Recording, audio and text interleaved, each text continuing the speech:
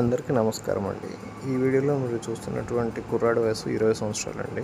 ఈ అబ్బాయికి కరెక్ట్‌గా 17 సంవత్సరాల వయసులో ఉన్నప్పుడు ఫీవర్ అనేది వచ్చిందంటండి. సో, ఆ ఫీవర్‌కి ట్రీట్మెంట్ అది చేయించుకున్నారు. బట్ ఆ ఫీవర్ యొక్క ఎఫెక్ట్ వలన నర్వస్ సిస్టమ్ అనేటువంటిది కొంచెం ఎఫెక్ట్‌కి గురైందంటండి. దానివల్ల ఈ కుర్రాడు కంప్లీట్‌గా నడక అనేది కోల్పోయాడండి.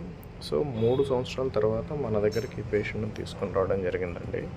సో, ఈ పేషెంట్‌ని నేను ఇనీషియల్‌గా చూసి ఒక 10 డేస్‌కి మాత్రం మెడిసిన్స్ ప్రిస్క్రైబ్ చేసి పంపించడం జరిగింది.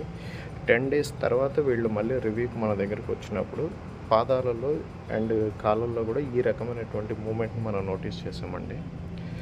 సో, ఈ అబ్బాయి కంప్లీట్‌గా కోలుకోవడానికి అట్‌లీస్ట్ 2-3 మంత్స్ టైం అనేటువంటిది పడుతుంది అని మనం పేషెంట్ బంధువులకి చెప్పడం జరిగిందండి. సో, మనం ట్రీట్మెంట్ ఇచ్చిన 10 రోజుల తర్వాత రిజల్ట్ ఎలా ఉందో ఒకసారి చూడండి. నెక్స్ట్ వీడియో పార్ట్ 2లో పెడతాను.